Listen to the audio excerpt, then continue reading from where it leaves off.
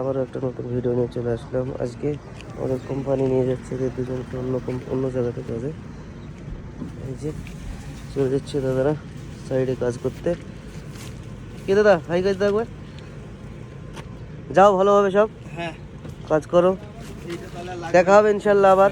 আমার লাগবে এই যে কোম্পানি নিতে এসেছে গাড়ি, এটা ভালো লাগবে পরে ভালো ঠিকই বলছো ও যাবে না আমরা পরে যাব, আমাদের লোকেশন এখন রেডি হয়নি, তো এরা যাচ্ছে।